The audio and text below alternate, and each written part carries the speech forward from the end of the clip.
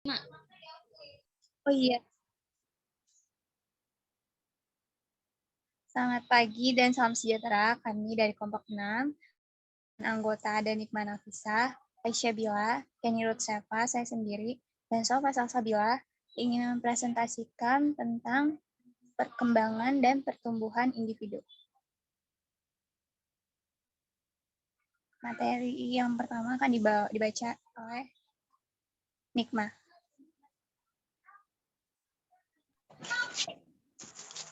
Pertumbuhan dan perkembangan individu. Yang pertama, memahami faktor-faktor yang mempengaruhi pertumbuhan dan perkembangan individu. Yang kedua, memahami perubahan-perubahan dalam pertumbuhan dan perkembangan individu. Yang ketiga, memahami pertumbuhan. Yang keempat, memahami karakteristik pertumbuhan dan perkembangan. Yang kelima, memahami tugas-tugas perkembangan.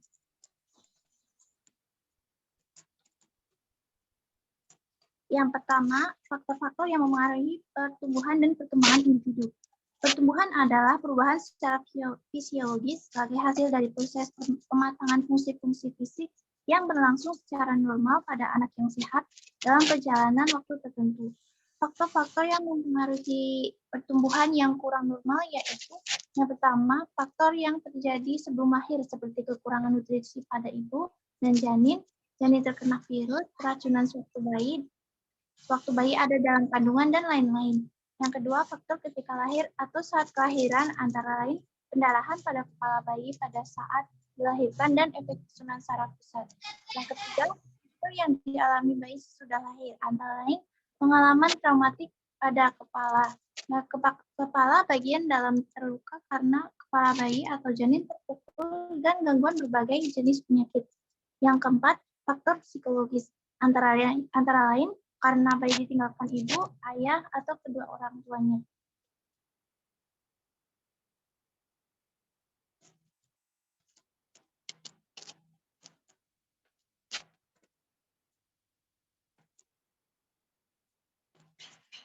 Perubahan-perubahan dalam pertumbuhan dan perkembangan individu. Perubahan-perubahan meliputi beberapa aspek baik dari fisik ataupun psikis. Terdiri dari 4 aspek atau kategori utama. Perubahan dalam ukuran, perubahan dalam perbandingan, perubahan untuk mengganti hal-hal yang lama, dan perubahan untuk memperoleh hal-hal yang baru. Yang pertama, perubahan dalam ukuran. A. Berat. Bayi ketika lahir sekitar 3 kilo, setelah 6 bulan mencapai berat 8-9 kilo. B. Panjang. Bayi ketika lahir sekitar 50 cm, setelah lahir 1 tahun kemudian berubah menjadi sekitar 60 cm.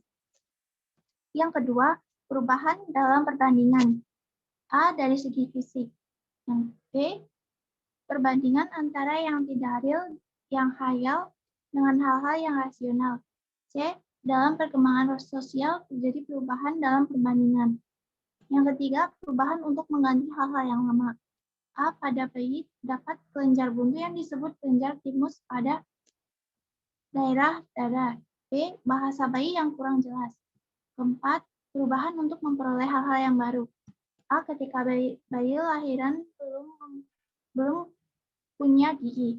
B. Menjelang usia remaja, tumbuh bulu-bulu ketiak, bulu alat kelamin, tumbuh kumis pada laki-laki yang sebelumnya tidak ada. D. Berbagai pengetahuan dapat diperoleh utama dari lingkungan pendidikan formal. E. Nilai dan norma moral akan terasa semakin meningkat.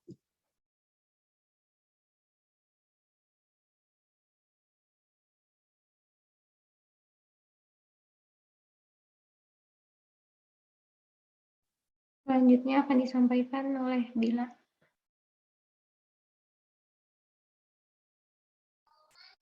Aspek-aspek perkembangan dan pertumbuhan. Mungkin banyak yang kita ketahui tentang aspek-aspek perkembangan dan pertumbuhan pada setiap manusia. Ya, yang pertama di sini ada satu pertumbuhan fisik. Pertumbuhan fisik ini ada 2 macam, yaitu pertumbuhan sebelum lahir dan pertumbuhan setelah lahir. Yang kedua di sini ada intelek. Intelektual disebut dengan istilah lain kemampuan berpikir dipengaruhi oleh kematangan otak yang mampu menunjukkan fungsinya secara baik. Yang ketiga adalah emosi. Emosi merupakan gejala perasaan yang disertai dengan perubahan atau perubahan fisik seperti marah yang ditunjukkan dengan tekanan suara keras atau tingkah laku yang lain. Yang keempat ada sosial. Sosial adalah semua hal yang berkenan dengan masyarakat atau sifat-sifat kemasyarakatan yang memperhatikan kepentingan umum baik dengan ibu, ayah, dan orang-orang dalam keluarga. Yang kelima adalah bahasa. Fungsi bahasa adalah sebagai alat komunikasi. Dalam perkembangan awal berbahasa, lisan baya menyampaikan isi pikiran atau perasaannya dengan tangis atau ocehan. Karena bahasa sendiri ini bisa ditunjukkan dengan lisan ataupun dengan tingkah laku. Yang keenam ada bakat. Bakat merupakan kemampuan tertentu atau khusus yang dimiliki oleh seorang individu. Biasanya bakat ini sudah terlahir atau terlatih. Yang ketujuh ada sikap, nilai, dan moral. Tujuan akhir dari proses belajar dikelompokkan menjadi 3 sasaran, yaitu penguasaan pengetahuan atau kita sebut kognitif, penguasaan nilai dan sikap atau afektif, dan penguasaan psikomotorik Bloom atau yang sudah disebutkan oleh Woolfolk dan Nikolic 1984 ayat 390. Next.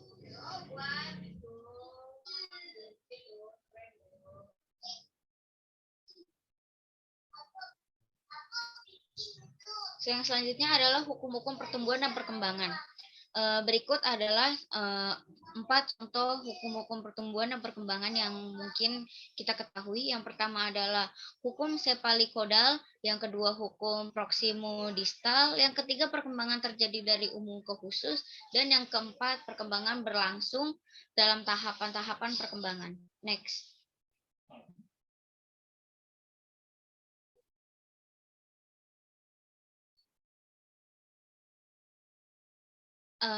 Yang selanjutnya karakteristik pertumbuhan dan perkembangan.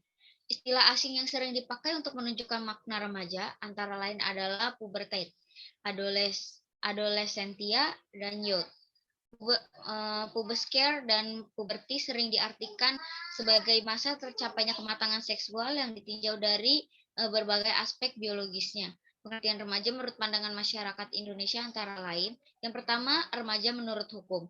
Dalam hubungan dengan hukum, tampaknya hanya undang-undang perkawinan saja yang mengenal konsep remaja walaupun tidak secara terbuka.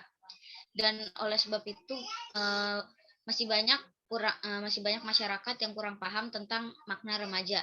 Yang kedua adalah remaja ditinjau dari sudut perkembangan fisik. Dalam ilmu kedokteran dan ilmu-ilmu yang terkait, remaja dikenal sebagai suatu tahap perkembangan fisik di mana alat-alat kelamin manusia mencapai kematangannya. Yang ketiga adalah batasan remaja menurut World Health. Remaja adalah suatu masa pertumbuhan dan perkembangan di mana yang pertama individu berkembang dari saat pertama kali ia menunjukkan tanda-tanda seksual sekundernya, dan yang kedua individu mengalami perkembangan psikologi dan pola identifikasi. Next.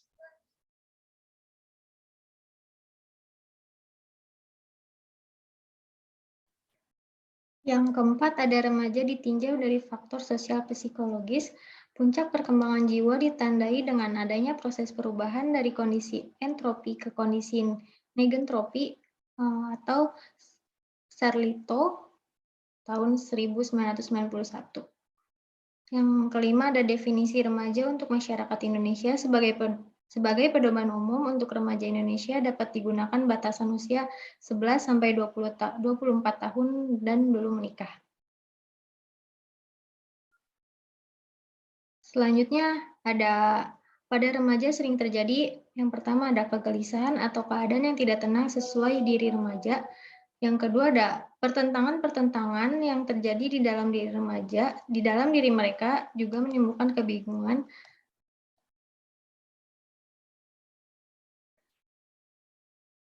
Kebingungan baik bagi diri mereka maupun orang lain. Yang ketiga ada berkeinginan besar untuk mencoba hal yang belum diketahuinya. Selanjutnya ada keinginan menjelajah ke alam sekitar yang lebih luas. Lalu ada menghayal dan berfantasi atau khayalan yang berfantasi. Remaja banyak berkisar mengenai prestasi dan tangga karir. Yang selanjutnya ada aktivitas berkelompok. Kebanyakan remaja-remaja menemukan jalan keluar dari kesulitan-kesulitannya dengan berkumpul-kumpul melakukan kegiatan bersama.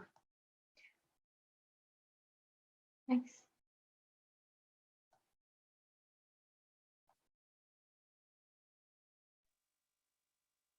Tugas-tugas perkembangan. Perkembangan merupakan suatu proses yang menggambarkan perilaku kehidupan sosial psikolog manusia pada posisi yang harmonis di dalam masyarakat yang lebih luas dan kompleks. Hafigus mengemukakan 10 jenis tugas perkembangan remaja, yaitu 1. Mencapai hubungan dengan teman lawan jenisnya secara lebih memuaskan dan matang. 2. Mencapai perasaan seks dewasa yang diterima secara sosial. 3. Menerima keadaan badannya dan menggunakannya secara efektif. Selanjutnya,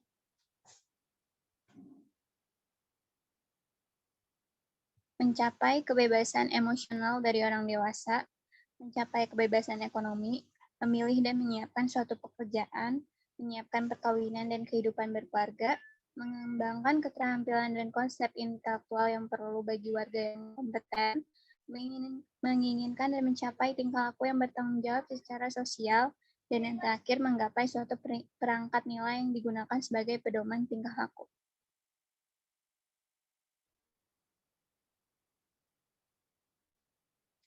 Sekian